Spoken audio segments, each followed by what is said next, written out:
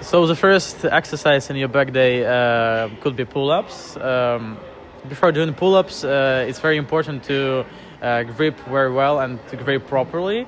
The main rules for that is to grip not very wide and not very narrow, because if you grip wide, it will be not efficient to your laps, and if you grip very narrow, it would be working absolutely different group of muscles than laps, or it's going to be triceps and biceps. Handing on the bar, the main tip for you how to do it properly is to connect your elbow with your lats.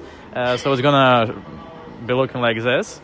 In this way, your lats is working like in the most efficient way. So now Dmitry is gonna show you how to do it properly. So here you can see how Dmitry is holding his grip, because it's not very wide and it's not very narrow. And the grip should be a bit wider than his level of shoulders, as you can see here. Also, right now, he is doing very good. He's trying to connect his elbows with his lats. Yes, his lats is very, very tense here. The next exercise we have for the back is the dumbbell pull. There are many names for it, but the logic of it is that you try to isolate even more the lat. And compared to the pull-ups, which we did, where the main pressure is coming from pulling yourself upward, here the pressure is coming from an isolated dumbbell, which you're pulling up from beneath yourself. There are a few key points for this exercise. First of all, as Lev will demonstrate, first, the correct stance. You've got to position yourself pushing up against an object. In many cases, it can be just a regular bench, or if you find any shelves like we have over there, even that would be fine. As you can see here, the position of the body is pretty wide.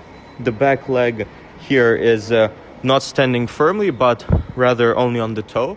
This is important because it provides you with the proper angle. When he picks up the dumbbell, first of all, he stretches up the muscle a bit. So when the dumbbell is in that low position, it is very important to let your lat muscles stretch.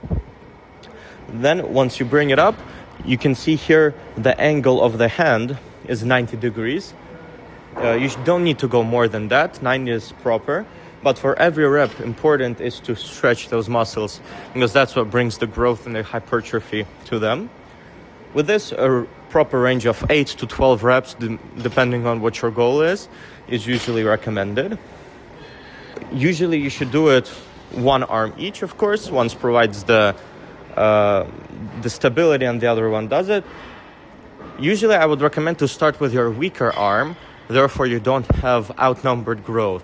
Let's say if you think that your left side is a bit weaker, start with that, do as many reps as you can, and only then switch to the right one, so that you do the exact same range of motions and range of reps for them, minimizing the inequalities between those muscle groups. This was the dumbbell pull.